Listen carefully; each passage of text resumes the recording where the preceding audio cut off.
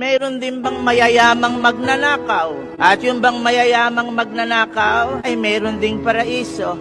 Sagot, wala, wala, at isang malaking wala.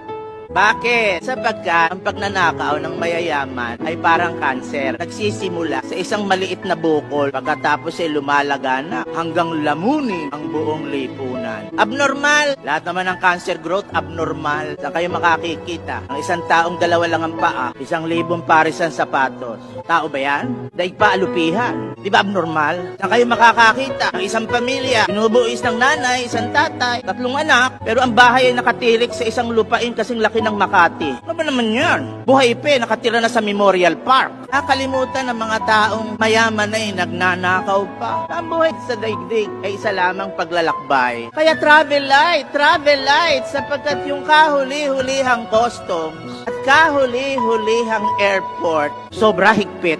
Pagpasok mo doon sa tarangkahan ng langit, makakakita ka ng karatula. Nakalagay, dito, pasahero lang ang tinatanggap. Walang bagahe. Hubad ka na isinilang sa mundo. Hubad ka rin. Nalilisan dito. Kaya pag pumunta kayo sa langit, ang dami nyo dalang mali-malitang kwarta. May haharapin kayong katanungan. Aanin nyo yan dito. Aanin nyo.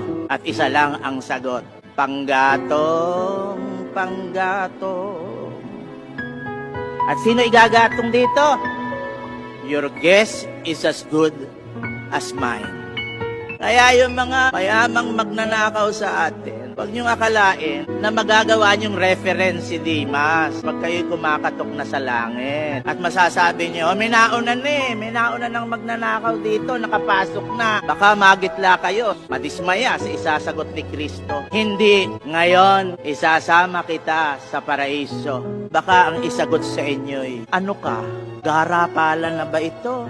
Nilimas mo na yung kaba ng bayan? Nagdusa ang mga kababayan mo? Gusto mo pang nakawin, pati kaharian ko? Ano ka?